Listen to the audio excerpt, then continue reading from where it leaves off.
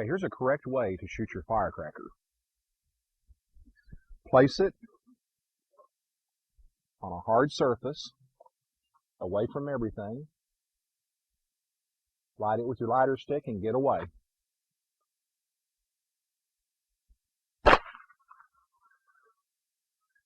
On your regular firecrackers, lay them on a flat surface also. Use your safety lighting stick, your puck, light fuse, and get away.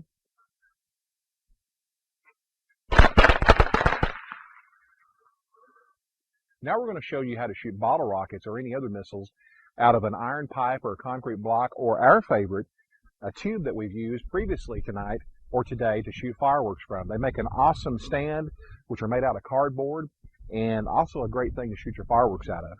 Place them at a 75-degree angle, away from power lines. Make sure they're away from tree limbs and away from houses and your spectators that are watching. Light the fuse